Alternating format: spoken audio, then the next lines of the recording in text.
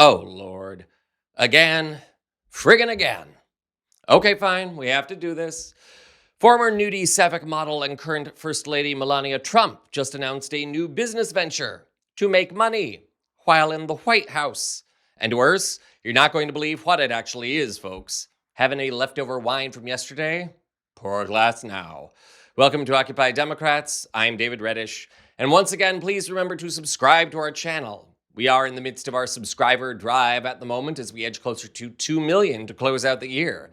By subscribing, you help us fight back against the Republican agenda, and you stay up to date with the news. It's a win-win. Also, notice my new painting of Franklin Roosevelt and Barack Obama. And I'm so glad I just hung it up because it relates to this story.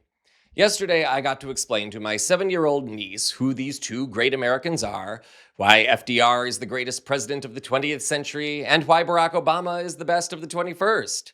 Roosevelt won World War II, established the New Deal, and appointed a record number of Jewish Americans to cabinet posts. Barack Obama saved the economy, made healthcare more available to Americans, and pushed for queer rights so people like my niece's gay uncle, that's me, could get married and be welcomed in America. And you know one thing these two men have in common? They didn't violate the Emoluments Clause on a regular basis. Something Donald Trump just loves to do. Take a look. While businesses big and small are scrambling to figure out how to deal with any amount of tariffs, that does not mean some are not thriving. The nightcap is still here. Ron, let's give Exhibit A. The Trump family businesses, his sons Eric and Don Jr., and Steve Witkoff, his Middle East envoy's son Zach Witkoff, jetting around the world, making real estate deals, crypto deals. In the first administration, there were actual worries about people currying favors with the president by doing business with his hotels. That's not the case this time around. Like, those are the rules. That's how you play the game, right?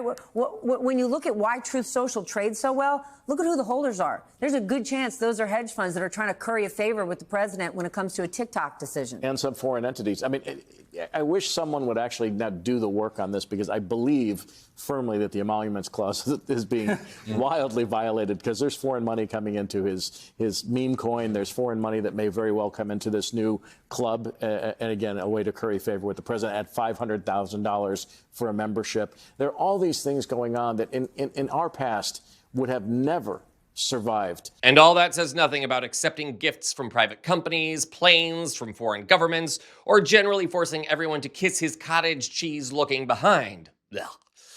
What's all this got to do with Melania? Getting there. The bigger point is that Trump and his family appear to consistently use the presidency as a grift to enrich themselves while not really caring much about the American people. You know, the voters who actually put Trump in the Oval Office. And now Melania Trump is joining the grifter game. Big surprise.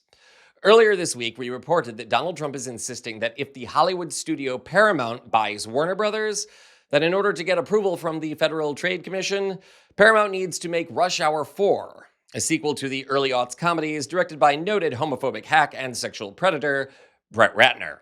Ratner was run out of town back in 2018 and is currently plotting a comeback by making a documentary about Melania Trump. And now it looks like Melania is taking this one step further.